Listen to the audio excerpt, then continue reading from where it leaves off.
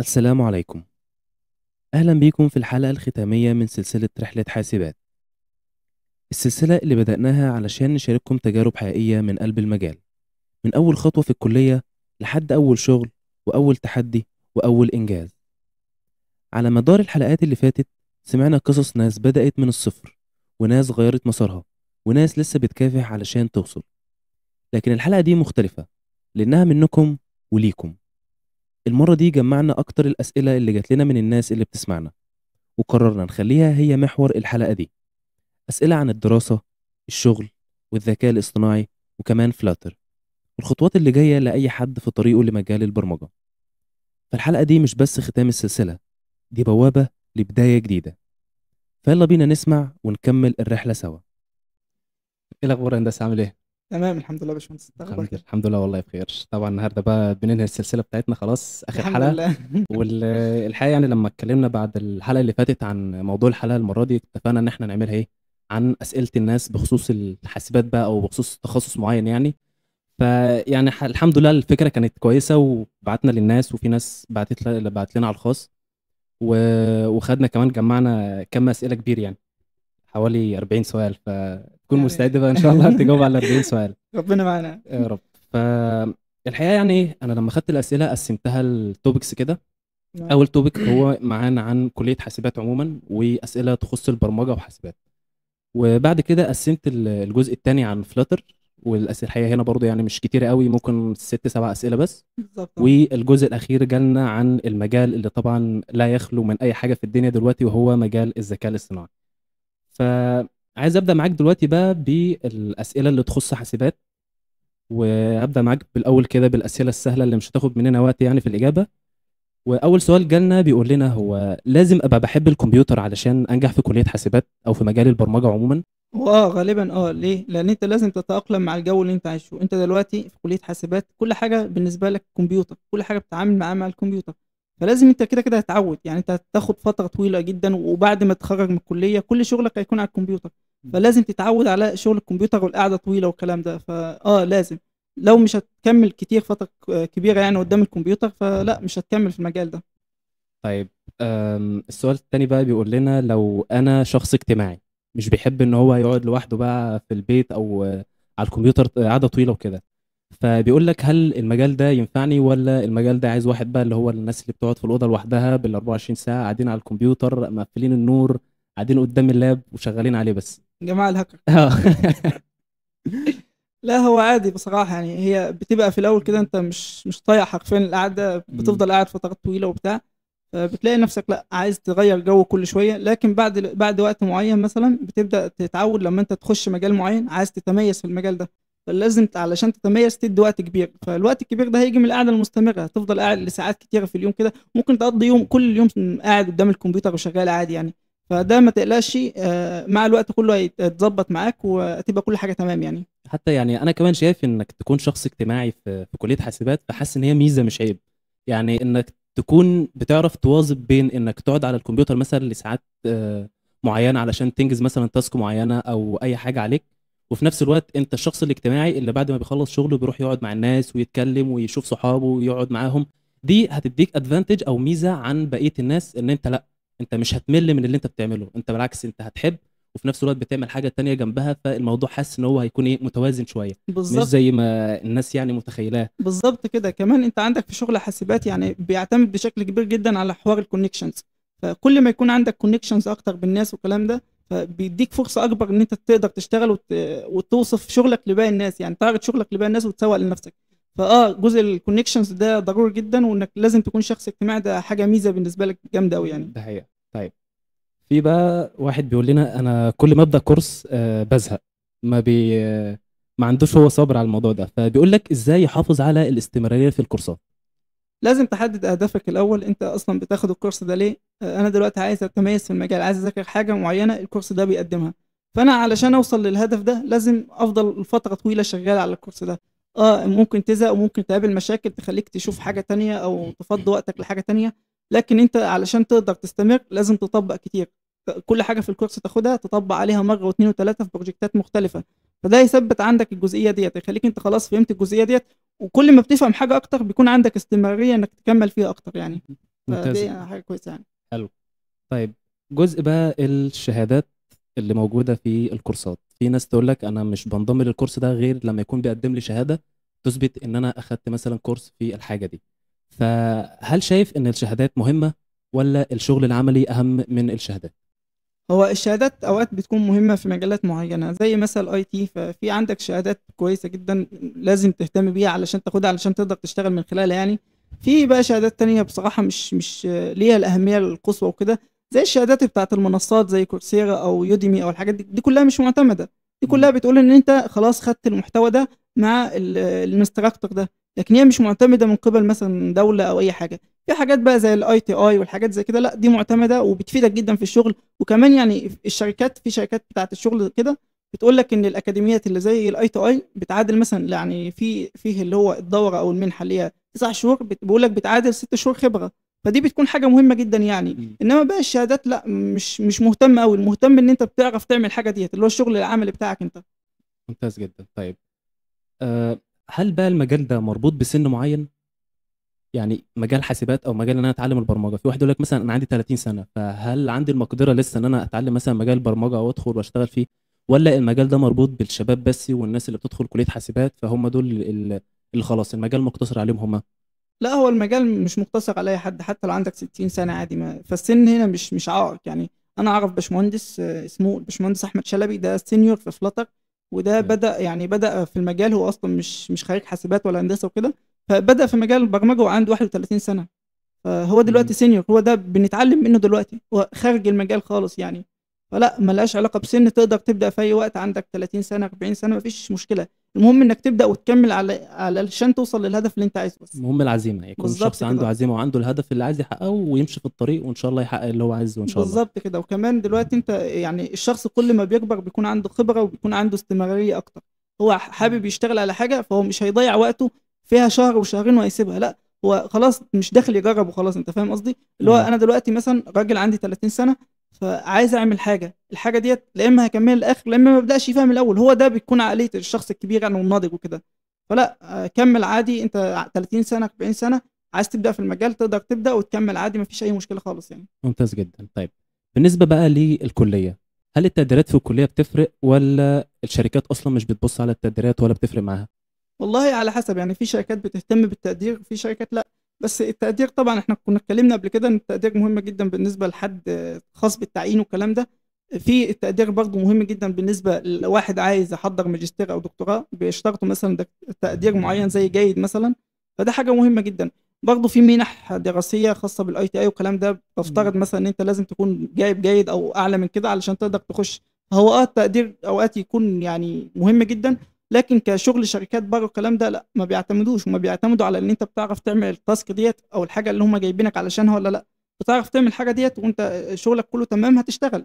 مم. لو عندك جايب امتياز مثلا ولا حاجه وتقدير ومرتب على الدفعه حرفيا في الكليه طول ال4 سنين، ومش بتعرف تعمل حاجه ديت، مش هتشتغل في الشركه. صح. كل حاجه لها دورها يعني. ان ممكن طالب مثلا يكون جاب امتياز بس الامتياز ده جابه بناء على حفظ لماده معينه، دخل امتحان حل بناء على اللي هو حافظه. لكن بالظبط لما كده. تحطه مثلا في بيئه العمل وتقول له مثلا اعمل لي بروجكت معين، فهو لا، هو انا حافظ مثلا حاجه معينه فبكتبها وخلاص، مش هيكون عندي المقدره ان انا اعمل الحاجه دي عمل. فوقتها طبعا في شركات بتهتم، لا انا عايز اللي يعمل لي التاسك اللي انا اطلبها منه، مش مجرد حاجه حافظها وخلاص وبيستخدمها. بالظبط كده. فدي حاجه يعني كويسه. طيب في بقى سؤال بيقول لي لو انا مش حابب الكليه، اركز في الكورسات بس اللي هي الكورسات اللي بره الكليه وكده، ولا احاول امشي في الاثنين مع بعض؟ هو لازم تاخد كورسات ليه؟ لأن الكلية كده كده بتديك أساسيات، بس يعني بتديك أساسيات في كل المجالات بصراحة يعني. فهي مش هتزودك أكتر من كده، مش هتخليك متميز، هتخليك فاهم الحاجة ديت. لو أنت ركزت في الكلية بصراحة جامد يعني، هتخليك أنت فاهم الأساسيات بتاع المجال ده، تعرف تحدد أنت عايز إيه من المجال ده. لكن مش هتخليك متميز عن باقي الناس. فأنت علشان تكون متميز لازم تكون بتبذل مجهود خاص بك أنت مع نفسك أنت غير باقي الناس. فده لازم يجي من كورسات بره، مثلا حاجات زي يوديمي مثلا او كورسيرا، او كورسات اوفلاين مثلا. في مثلا اليوتيوب عليه حاجات كتيره جدا يعني. فلا لازم تبذل مجهود بعيدا عن محتوى الكليه يعني. تمام ممتاز. طيب بالنسبه بقى للمجالات او التخصصات في كليه حاسبات، ازاي اقدر الاقي نفسي في التخصص المعين؟ ازاي مثلا اقدر احدد ان التخصص ده هو التخصص المناسب ليا انا؟ احنا كنا اتكلمنا قبل كده في النقطة ديت انك ازاي تحدد التخصص، وقلنا على حسب الأولوية بتاعتك. انت الأولوية بتاعتك دلوقتي عايز توفر وقت جامد، وقت مم. كبير يعني من الكلية وكده، علشان تدي الوقت ده للمجال اللي انت عايز تتميز فيه. ففي الحالة ديت انت بتختار تخصص اللي هو مش هيكون متعب بالنسبة لك او ما فيهوش مجهود كبير.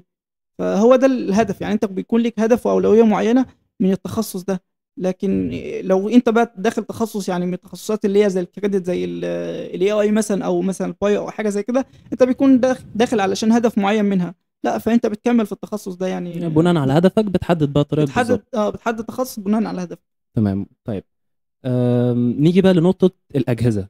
في واحد بيقول لك دلوقتي طيب أنا خلاص مجموعي ظهر ودخل داخل كلية حاسبات إن شاء الله، فبدور على جهاز لابتوب أو جهاز كمبيوتر، بس طبعا اللابتوب هو بيكون أنسب يعني في الحالات دي. بالظبط. فهل بقى الطلبة هنا بتحتاج جهاز قوي علشان ينفع معاهم في كلية حاسبات، ولا دايما مش شرط يعني إن يكون الجهاز بقى اللي هو الخارق اللي ب 200,000 والحوارات دي؟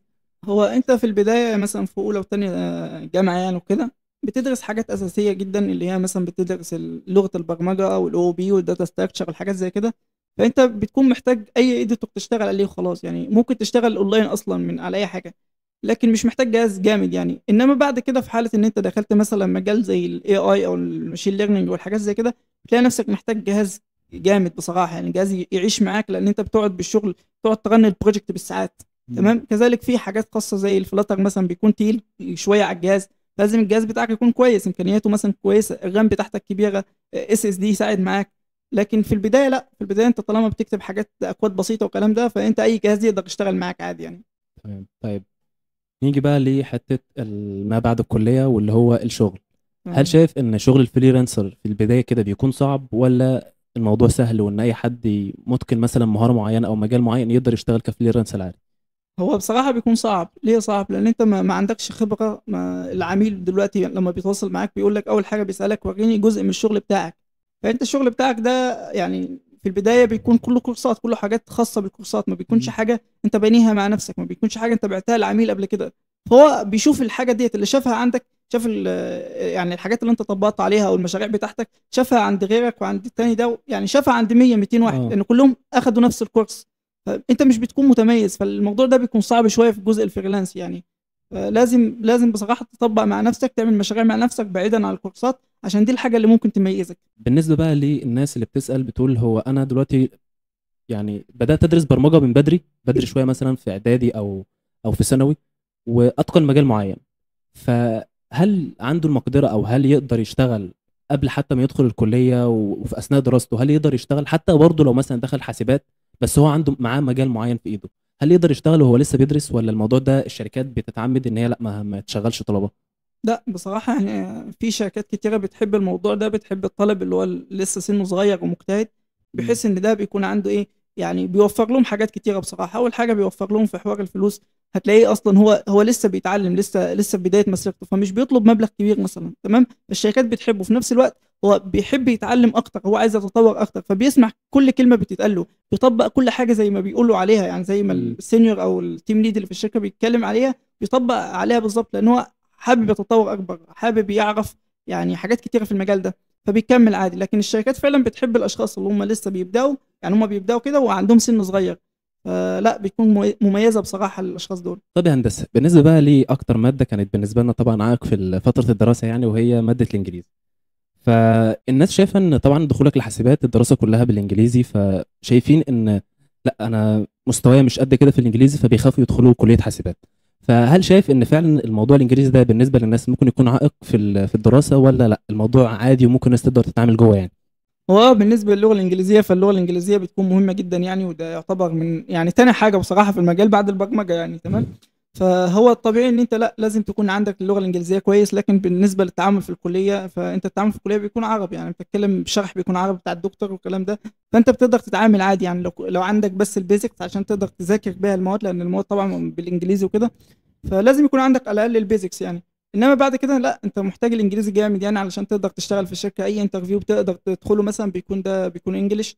عندك مثلا حبيت تسافر، جالك فرصه سفر كويسه، لازم انجليش. شغل الشركات اصلا يعني، سواء ممكن تكون تقعد مع عميل مثلا يتكلم معاك بالانجليش، فانت لا، هو اللغه مهمه جدا يعني بالنسبه للمجال بتاعنا، هي اهم حاجه بعد البرمجه على طول يعني. يعني باختصار الانجليزي مهم في حياتنا عموما، يعني مش علشان بس كليه حاسبات او علشان مجال البرمجه، لا احنا في حياتنا الانجليزي دلوقتي بقى تقريبا لغه اساسيه بجانب اللغه الام بتاعتنا، علشان اي حاجه في حياتنا دلوقتي لازم التعامل فيها تقريبا بيكون بالانجليزي يعني. بالظبط كده اه. طيب، احنا دلوقتي معانا سؤالين تقريبا جاوبناهم في الحلقه الاولى من البودكاست بتاعنا يعني، فبس خلينا نقولهم مره كمان.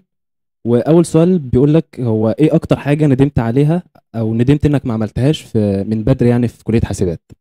اكتر حاجه ندمت عليها بصراحه ان انا ما كنتش مهتم بجزء البروبلم سولفنج، يعني دي حاجه انا بندم عليها دلوقتي. كان المفروض ان انا اهتم بيها اكتر، يعني انا بدات في المجال يعتبر بدري قوي عن باقي الناس اللي معايا في الدفعه وكده. هما يعني في ناس كانت مهتمه بالبروبلم سولفنج شويه، فهم احسن مني في المكان ده. انا عايز اكون زيهم في الجزئيه ديت، في جزء البروبلم سولفنج. هم ممكن عايزين يبقى زي مثلا في المجال، فمفيش حد بياخد كل حاجه. بس بصراحه يعني البروبلم سولفنج مهمه جدا يعني، وكان لازم ان انا اهتم بيها من الاول. دي كانت غلطه بصراحه بالنسبه لي يعني. حلو. طيب، والسؤال التاني بقى بيقول لك لو رجع بيك الزمن لأول سنة في الكلية، هل هتختار نفس التخصص برضو ولا هتفكر انك تغيره يعني؟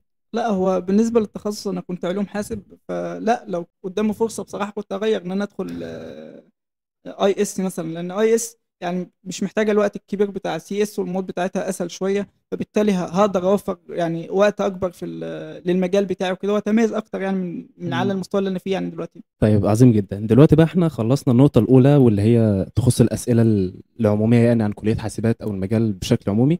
تمام. ودلوقتي بقى يجي دور التخصص بقى اللي هو العشقك بقى الأول فلاتر. فلاتر. والحقيقة الناس دي برضو جات لنا بعت لنا الأسئلة دي بخصوص فلاتر، كانت موجهة ليك بشكل خصوصي يعني. فأول سؤال بيقول لك هو هل فلاتر أصلا مستقبل لتطوير التطبيقات ولا في حاجة لازم أخد بالي منها غير فلاتر؟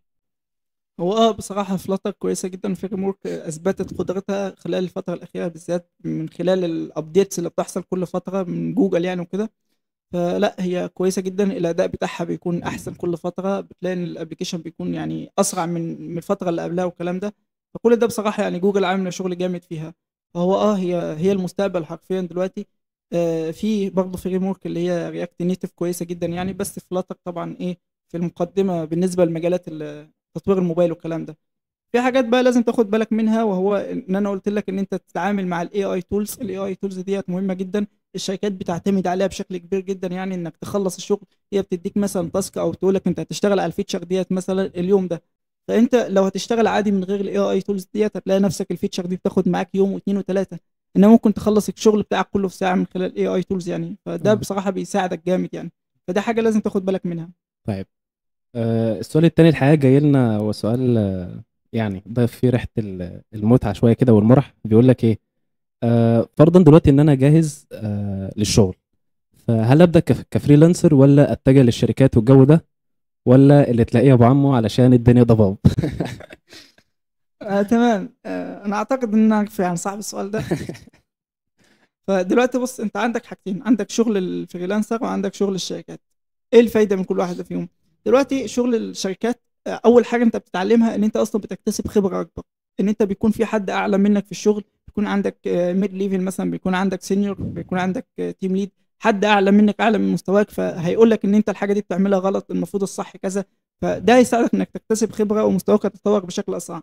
انما المشكله بقى ان انت لو شغال فريلانسر، اذا كنت شغال لوحدك او معاك حد يعني شغال معاك، فبتلاقي ان المستوى بتاعكم متقارب، يعني انت فاهم. كل الحاجه اللي انت بتعملها في البروجكت ده، البروجكت اللي بعده بتلاقي نفسك بتعمل نفس الحاجه، يا دوب بس بتغير حرفيا العميل ده لعميل تاني، ونفس الشغل هو. فانت خبرتك بتزيد شويه، لكن بتكون ببطء شويه، انما شغل الشركات بيكون افضل بصراحه يعني. طيب. وهو ده اللي بيبني لك اكسبيرينس كويسه. طيب، السؤال اللي بعده بقى بيقول لك شغل الشركات بيبقى ماشي ازاي؟ يعني ايه اكتر حاجه بيركزوا عليها في البروجكتس؟ وهل انا كفلاتر ديفلوبر الشركه هتبقى موفره لي اليو اي يو اكس للبروجكت بتاعي ولا لا؟ فدول سؤالين في بعض. تعالى دلوقتي نبدا بالجزء الاول من السؤال، وبيقول لك شغل الشركات اصلا بيبقى ماشي ازاي؟ شغل الشركات انت بالنسبه لك لو انت لسه في البدايه بتكون مثلا جونيور او فريش جراديويت، فانت بتتعامل ازاي؟ دلوقتي بيكون عندك مثلا سينيور او تيم ليد مثلا او كده، فبيكون شغال على البروجكت، فانت المفروض بتشتغل معاه على البروجكت ده. اهم حاجه بالنسبه له هو ان انت تتبع نفس الاركتكتشر الخاص بيه، تكتب كود زيه بالظبط يعني، تحاول تقلده. حتى لو مش هتعرف تعمل زيه بالظبط فتحاول تقلده شويه، بحيث ان البرفورمانس يكون متقارب من الكود بتاعك والكود بتاع اللي هو الشخص اللي عنده خبره اكتر منك وكده. دي اهم حاجه بصراحه، ان انت تفضل شغال على نفس الاركتكتشر علشان ما حدش يعدل عليك كتير. لان برضو انا دلوقتي لو بشتغل مع حد اقل مني في المستوى، فده بيضيع منه وقت جامد قوي. ليه؟ ان انا دلوقتي بقول له مثلا هتمشي على الشغل ده، طب لو هو مشي عليه فده تمام، طب لو هو عمل حاجه من عنده مثلا يعني تثبت ان هو اقل خبره مني شويه، لا فانا بضطر ايه اقول له لا انت تعدل على النقطه دي، تعمل كذا تعمل كذا، فده بيضيع وقت من شغل الديفلوبمنت. فالمفروض لا انت تشوف الاركتكتشر ازاي اللي شغال بيه الشركه تبدا تشتغل عليه بصراحه. طيب بالنسبه بقى للجزء الثاني من السؤال، وهو اللي بيقول لك هل الشركه بتبقى موفره لي اليو اي يو اكس البروجكت ولا لا؟ هو غالبا يعني ممكن نقول 99% من الشركات اللي هتشتغل فيها فهي لازم يكون عندها حد يو اي يو اكس، ده حد مهم جدا في التيم بتاعك بتاع الشغل. لانه بيكون عنده برضه يعني ايه، انت كفلاتر مش هتقدر تعمل الشغلين مع بعض، مثلا مش هتقدر تعمل الشغل اللي هو الخاص بفلاتر تحويل اليو اي يو اكس ده لابلكيشن، وبرضه يكون عندك نفس الشغل انك تبني اليو اي يو اكس بنفسك، فالموضوع بيكون صعب. فعلشان كده مجال يو اي يو اكس مهم جدا، وده ليه دور مهم جدا في اي تيم في اي شركه. فلا كده كده اي شركه هتدخلها هتلاقي ان في يو اي يو اكس متوفر لك بتشتغل عليه على طول يعني. طيب في بقى السؤال اللي بعده بيقول لك هو امتى ممكن ابدا ادور على شغل، او بمعنى صح ايه الكونسبتس اللي المفروض تبقى عندي بالفعل، وبعدها ابدا استعد ان انا انزل شغل. دلوقتي انت بتشوف المجالات اللي انت المجال اللي انا شغال فيه مثلا بالنسبه لفلاتر مثلا، فانا بقول لك ان انت علشان تشتغل كل المشاريع اللي بتشتغل عليها يعني ممكن نقول كلها فعلا او اغلبيتها بيكون شغاله بالاي بي اي، فانت لازم يكون عندك كونسبت الاي بي اي ده لازم تكون شغال عليه وتكون بشكل كبير جدا فاهم كل التفاصيل اللي فيه، بتكون فاهم ازاي تتعامل مع كلين اركتكتشر او مثلا ام في ام باترن، تتعامل مع الايه الستيت مانجمنت بشكل كويس، ويكون عندك اكتر من ستيت مانجمنت تقدر تتعامل معاه. لان في بروجكت مثلا انت المفروض هتعمل عليه ابديت مثلا، مش هتعمل عليه ابديت في نسخه ثانيه، مش هتبني البروجكت من الاول. انت بدل مثلا بيكون عندك شغال بستيت مانجمنت معين يعني، فالمفروض ان انت تكون عندك خبره عن الستيت مانجمنت دي عشان تقدر تتعامل معاها. كمان في حاجه تانية، وهي ايه الحاجه التانية؟ دلوقتي انت في شغل الشركات او اي شغل زي كده لازم تكون بتتطور بشكل مستمر، لازم تكون بتتطور بتذاكر كل حاجه جديده. انت ما تعتمدش على الشغل بس، لا تذاكر كل حاجه جديده. وامتى بقى تثبت ان انت جاهز ان انت تقدر تشتغل؟ يعني امتى اقول ان انا دلوقتي المفروض ابدا ادور على شغل؟ لما انا اكون قادر ان انا اعمل بروجكت واثنين وثلاثه بنفسي بدون مساعده كورسات او اي حاجه زي كده. ده اكتر حاجه تثبت لك ان انت فعلا مؤهل تشتغل. طيب عظيم جدا، احنا دلوقتي خلصنا اسئله فلتر، جاي قليله دلوقتي جدا. بقى لا ما طبيعي ان الاي اي اه لازم اسئلته تكون اكتر من اي حاجه، لان اي حد بيفكر دلوقتي او السوشيال ميديا عامه اي حاجه او اي مكان هتلاقي لازم كونسبت الاي اي لازم يكون موجود قدامك. بالظبط كده. فطبيعي هتلاقي اي حد بيسال عن الاي اي كتير جدا من كتر الحاجات اللي بيشوفها حواليه مربوطه بالاي اي.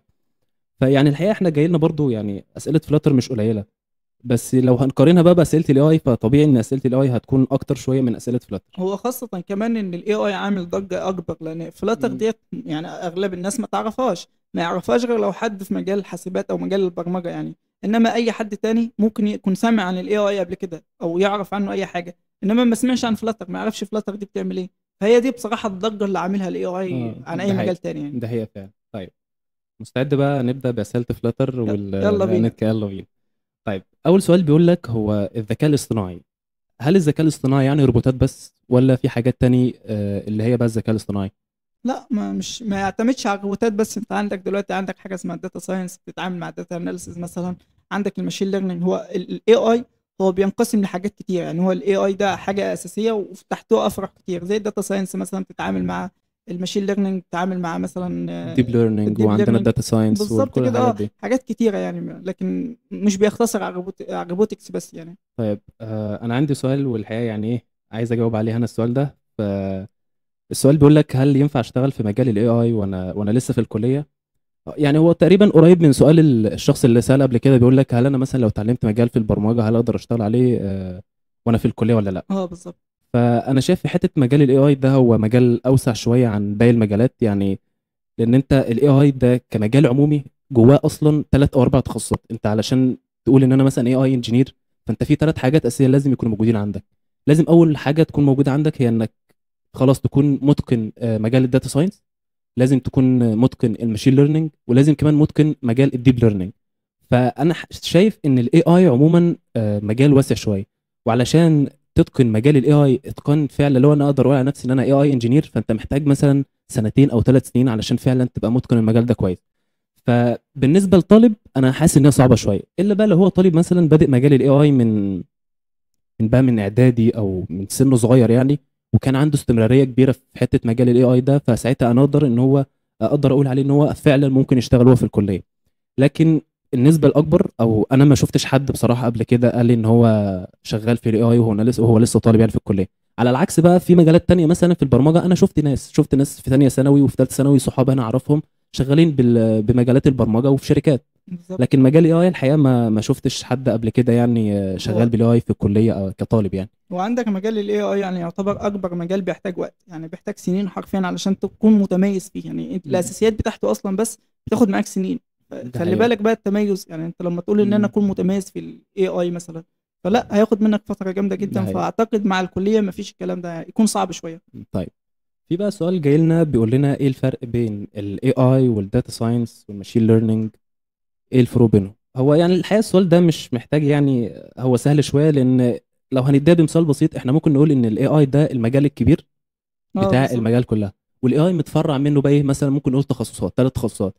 الاي اي متفرع منه الماشين ليرنينج، متفرع منه الداتا ساينس، متفرع منه الديب ليرنينج. فنقدر نقول ببساطه ان الماشين ليرنينج والداتا ساينس والديب ليرنينج هم تخصصات جوه مجال الاي اي ده، بالنسبه للسؤال ده يعني. بالظبط طيب، كده. في سؤال بقى رجعنا فيه شويه لفلاتر، وهو بيقول لك هل ممكن ادمج فلاتر مع الاي اي؟ واحنا كنا اتكلمنا في النقطه دي مثلا قبل كده، وقلنا مثلا ايه، ان انت دلوقتي علشان تدمج اي حاجه خاصه بالاي اي مثلا مع فلاتر الكلام ده بعيدا عن الاي اي تولز مثلا انت بتتعامل معاها، فبيعتمد على البروجكت. انت البروجكت ده بيكون فيه موديل خاص بالاي اي، عندك شات بوت مثلا، عندك حاجه زي كده، يعني بتجيب نتائج معينه، عندك مثلا ريكومنديشن سيستم. فدي بتعتمد على بروجكت معين، لكن مش حاجه صريحه، مش حاجه مباشره دمج كده.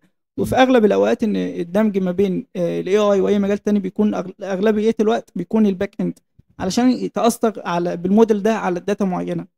لا هو انا بقول ان لا، ما ينفعش ادمج ما بين الاي اي والفلاتر يعني.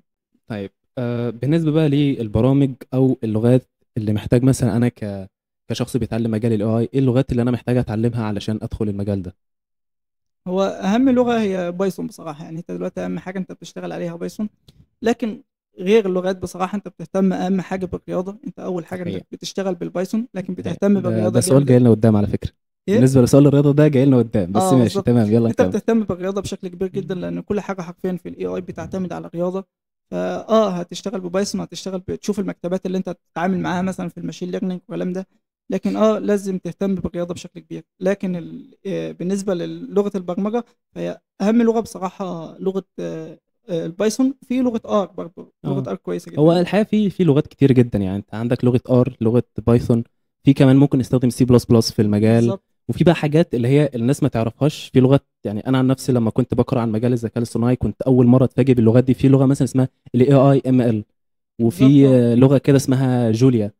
ففي لغات كتير، بس هي الفكره ان احنا بنشوف الحاجه الاسهل لينا احنا كيوزرز مثلا او كديفلوبرز، ونحاول نستخدمها علشان تسهل علينا التاسكس او الحاجات اللي احنا بنشتغل عليها وتعلمنا اكتر يعني واسرع. بالظبط كده. فزي ما قلت البايثون تقريبا هي اسهل حاجه نقدر نتعامل بيها، خاصه حته المكاتب اللي موجوده فيها. بالظبط. المكاتب اللي موجوده فيها دي بتسهل لنا حاجات كتير، خاصه مثلا في مجال الداتا ساينس. انا لو دخلت ان انا بعمل مثلا اناليسز لداتا معينه، بحلل داتا معينه، فعندك في بايثون بقى عندك بانداز، وعندك نمباي. نمبر كويس. في مكاتب كتير تقدر تستخدمها تسهل عليك المهمه دي يعني. طيب، نرجع بقى لسؤال الرياضه. بيقول لك هل لازم بقى ان انا اكون شاطر في الماث او الرياضه يعني عموما علشان اشتغل في الاي اي، ولا الموضوع عادي يعني؟ علشان تشتغل في الاي اي لازم ضروري جدا يكون يعني مستواك في الماس كويس جدا. انما انت في البدايه عادي ممكن تبدا وانت مش احسن حاجه في الاي اي، لان انت كده كده طول ما انت في المجال هتتعامل بشكل كبير مع الرياضه وكده، فهتاخد عليها تتعود عليها. هتبدا تدور وتبحث على مصادر كويسه تتعلم منها، تنمي مهاراتك في الرياضه. فمع الوقت هتبدا تكون كويس. انما علشان تشتغل بشكل فعلي لا، لازم تكون يعني كويس جدا في الرياضه بصراحه. لا، ده حقيقه يعني، حتى كمان لما كنت في بدايات ان انا بقرا برضو عن مجال الاي اي وكده، فكان تقريبا بعد اول حاجه بتتعلمها مثلا في اساسيات اللي هي الانترودكشن تو اي اي، اللي هي بتتعلم بقى اساسيات الاي اي اللي هو يعني ايه اي اي، وبستخدمه في ايه والبرامج المستخدمه فيه وكده. بالظبط. كان بعد النقطه دي على طول هي الماث، لازم تعمل تتعلم الماث، اه تتعلم بقى الماس وبروبابيلتي وكل البروبابيلتي حاجه والستاتستكس واللينير الجبرا والكالكولس، كل بالظبط. بقى الفروع بتاعه الرياضه دي بتكون حاجه اساسيه جدا في مجال الاي اي. نيجي بقى لاخر خلاص بنفنش اهو بسؤال بيقول لك ايه احسن طريق ابدا بيه في الاي اي وانا لسه مبتدئ؟ يعني ببساطه كده هو عايز رود ماب. فلو تسمح لي انا اقول بقى الرود ماب دي، لان انا مريت انا بحته الاي اي والمجال ده. تمام. فالرود ماب هي اول حاجه بتحتاجها كطالب بيتعلم اي اي، انك بتعرف يعني ايه اصلا اي اي، يعني ايه ذكاء الاصطناعي، انا بستخدمه في ايه المجالات اللي داخله فيه، طيب ايه لغات البرمجه مثلا اللي محتاجه اتعلمها في المجال ده. بتاخد مثلا خلينا نقول من شهرين ل3 شهور بتتعلم الكونسبتس الاساسيه بتاعت الاي اي والانترودكشن. بعد كده بقى بتنقل لحته الرياضه، بتدخل بقى بتتعلم التفاضل، بتتعلم التكامل، بتتعلم الجبر، حته المصفوفات، كل الحاجات دي بتبدا تتعلمها وتتقنها. بعد كده بقى بتدخل على حته لغات البرمجه، بتبدا بقى تتعرف بتختار لغه البرمجه الاسهل بالنسبه لك، وليكن مثلا بايثون او لغه ار. فبتختار اللغه بتتقنها بتتعلمها في مكاتب فيها مثلا بتبقى كويسه، خلاص اتقنت اللغه. بعد كده بتخش على حته بقى البيج داتا، بتاخد بقى بتتعلم مثلا بتشوف فيها حاجه معينه زي حاجه كده اللي كنت فاكرها. كان في باشمهندس اعرفه يعني، هو كان متخصص في البيج داتا، بيقول لي انك من اكتر الحاجات المشهوره في البيج داتا عامه هي هدوب. بالظبط. الحقيقه يعني انا لحد نقطه البيج داتا هنا وانا ستوب، لان انا اخر حاجه وصلت لها كانت البروجرامينج بقى، لغات البرمجه وكده. بس انا كنت كلمت الباشمهندس ده وجبت منه الرود ماب دي يعني. فقال لي هدوب دي حاجه في البيج داتا بتتعلمها وبتتقنها. بعد بقى ما بتتعلم نقطه البيج داتا بتتنقل على نقطه الداتا ساينس في العموم. بتاخد بقى مجال الداتا ساينس، بتتعلم بقى سواء داتا اناليسز، داتا مانيبيوليشنز، والبقى بتتعامل بقى مع الداتا بتوسع اكتر، وبتعرف بقى تعمل تحليل للداتا، بتعرف تعرضها قدام الناس بشكل كويس. بعد كده بقى بتخش على مجال الماشين ليرنينج، التخصص بقى الماشين ليرنينج، وبتتعلم فيه بقى 3 طرق لتعلم الآلة. عندك بقى السوبرفايزد ليرنينج والانسوبرفايزد ليرنينج، وفي عندك كمان الرينفورسمنت ليرنينج اللي هو التعليم المعزز. دي 3 طرق لتعلم الآلة. بعد ما بتخلص بقى حته الماشين ليرنينج بتخش بقى على حته اعمق شويه، وهي حته الديب ليرنينج، واللي هي بتتعامل بقى مع النيورال نتوركس واللي هي بقى الشبكات بالظبط. وحاجات ادق يعني من الماشين ليرنينج. بعد كده بقى انت بتختار هل مثلا انت عايز تخش في مجال البيزنس والشركات وتتعامل مع الداتا بتاعتهم، فانت محتاج تتعلم البيزنس انتليجنس اللي هو ذكاء البيزنس ده بالمعنى الحرفي يعني. بالظبط. بتتعلم بقى ازاي مثلا تتعامل مع الداشبوردز اللي موجوده في الشركات، وازاي تتعامل مع الداتا، وازاي تعمل لها اصلا استعراض كويس للشركه، علشان لو حد مثلا بيبص على الداتا دي فيقدر من خلال الداشبورد اللي انت عاملها يقدر يحلل احصائيات الشركه بسهوله جدا. فبس بعد بقى ما خلاص تخلص الرحله دي اللي احنا خلصناها سنين في حرفيا. خلصناها في نص دقيقه، اللي هي محتاجه منك سنين، نقدر هنا بقى نقول عليك ان انت اي اي انجينير. فيعني دي ببساطه كده الرود ماب سريعه للحابب يعني يبدا في مجال الاي اي ويبقى اي اي انجينير. مش شرط انك تكون انا تقول مثلا عن نفسك ان انا لا انا عايز ابقى اي اي انجينير، مش شرط. انت ممكن مثلا تتعلم الماشين ليرنينج وتبقى متخصص في المجال ده وتشتغل في المجال ده بس، وتسهل على نفسك بقى كل النقط اللي بعدها. ما تتعلمش مثلا، ما مش شرط انك تتعلم الديب ليرنينج او البيزنس انتليجنس، انت بتاخد مثلا حاجه معينه بتتعلمها. انت شخص مثلا عايز الداتا ساينس، ممكن تتعامل مع الداتا ساينس، ما تخشش مثلا على حته اللي هي الماشين ليرنينج وكده. فهي بناء على اللي انت عايزه. انت بقى لا، انت قلت انا عايز بقى اخد المجال كله، بالظبط. خلاص يبقى انت لازم انت عندك هدف، خلاص يبقى انت تدوس في كل المجالات دي تتعلمها كلها. وبعد ما تخلصها نقدر هنا نقول عليك ان انت AI اي engineer. اي انجينير. بالظبط. بس ده كان اخر سؤال بالنسبه لنا في حلقه النهارده يعني الحمد لله. ف خلاص كده السلسله خلصت. خلاص بقى. لا ما خلصتش، هنستناك ان شاء الله في سلسله تانية باذن الله. قدام بقى باذن الله كده، نستناك في سلسله تانية اقوى يعني باذن الله، ويكون معانا بقى حاجات تانية. فيعني الحقيقه بشكرك جدا على وجودك معايا في السلسله دي. السلسله اللي كانت حقيقه يعني انا كاحمد انا استفدت منها جدا، خاصه في حلقات فلاتر اللي اتعلمت منها حاجات انا كنت اول مره اسمعها الحقيقه. فبشكرك جدا على وجودك معانا النهارده. وطبعا بشكر باشمهندس اسلام موجود معانا في حلقات النهارده ورا الكاميرا اهو، فبشكره على وجودنا النهارده يعني. وبشكر كل اللي كانوا موجودين معانا في السلسله دي يعني. وبس يعني نسأل الله ان احنا ان شاء الله نكون وفقنا في هذه السلسلة، ونكون يعني فدنا اكبر عدد من الناس، وتكون استفادت جدا. ونراكم بقى ان شاء الله في حلقة جديدة وبودكاست جديد، وشعارنا المعروف بقى: سلام لحد ما نتقابل تاني.